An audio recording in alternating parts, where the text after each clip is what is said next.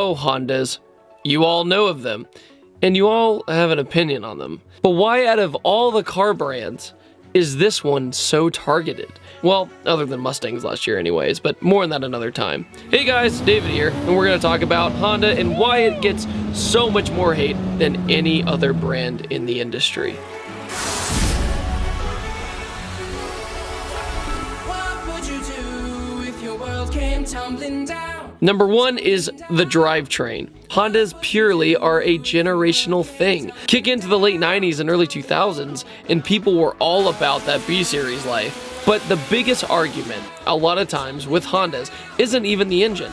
It's the transmission, or the drivetrain. It's front-wheel drive, or to a lot of people, wrong-wheel drive. I personally can kind of relate to this, but it never made me hate it. It just made me prefer rear or all-wheel drive. For many people, since this was their baby and possibly got them into the car scene, they viciously defend it, even though it truly isn't the best way to put power down, if big power is your goal anyway. Don't get me wrong, spending and winning is a real thing in Hondas, to the point where they sometimes run 7-second quarter miles. But as a whole, this is a huge argument compared to other brands and platforms. Number two is a general rule with any modification on a Honda. The fart can. The fart can. The fart can.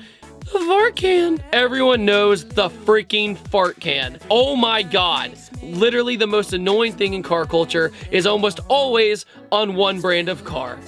Honda. Hondas usually don't meet in the middle when it comes to modification. You either do everything right, or like many of your opinions, everything wrong. Bad paint jobs, body kits with wire mesh.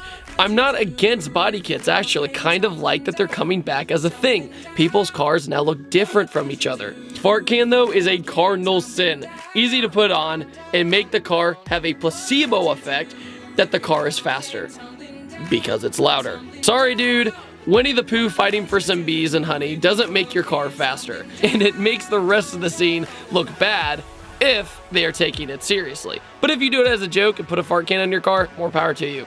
Number three is fierce loyalty. Honda owners have an almost admirable loyalty to their brand. I mean, do you know what most of my friends had when we first got into cars? Hondas, Civics especially. And the older we got, the more Civics they built. But why?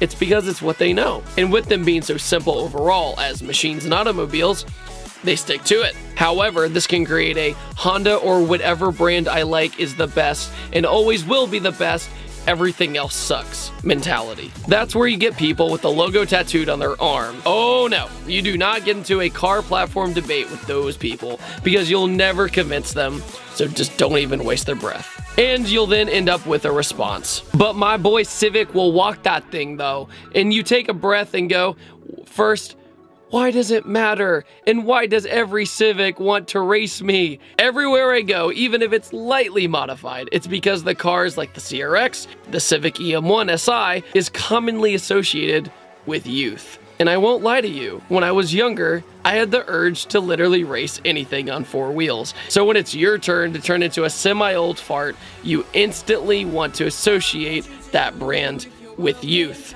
and that kind of culture. And my favorite reason of all is they might actually beat you. Let's face it, Hondas overall are very well-built cars. If done right, or even a bone stock Honda will run practically forever. Plus, they are stupid lightweight, except the modern ones. A Civic with 350 horsepower will probably beat a modern car with 400 horsepower.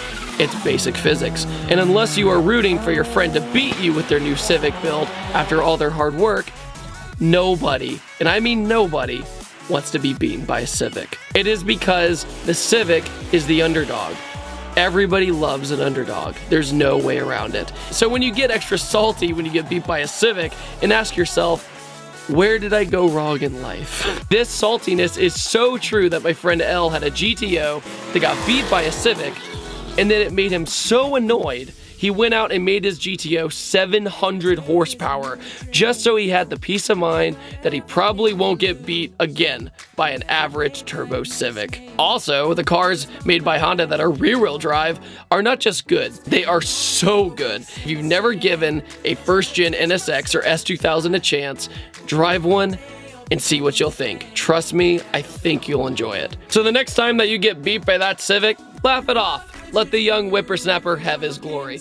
Speaking of those young whippersnappers, they gotta shave sometime, so let's talk about Dollar Shave Club. If you don't already know, dollarshaveclub.com delivers a high-quality razor right to your door, and if you get dollarshaveclub.com/blue or click the link in the description, you'll get 1 month free trial of any razor for just $1 with free shipping. You can pick out any blade you want, and they also have body cleanser, body bar, shampoo, conditioner, shave butter, and more. So what are you waiting for? Go to dollarshaveclub.com/blue or click in the link in the description below for any razor for just $1, shipping included. So why do you guys think Honda gets so much hate? Let me know in the comment section below, and I will see you guys next time. Don't forget to subscribe and take it easy. Have a fantastic day.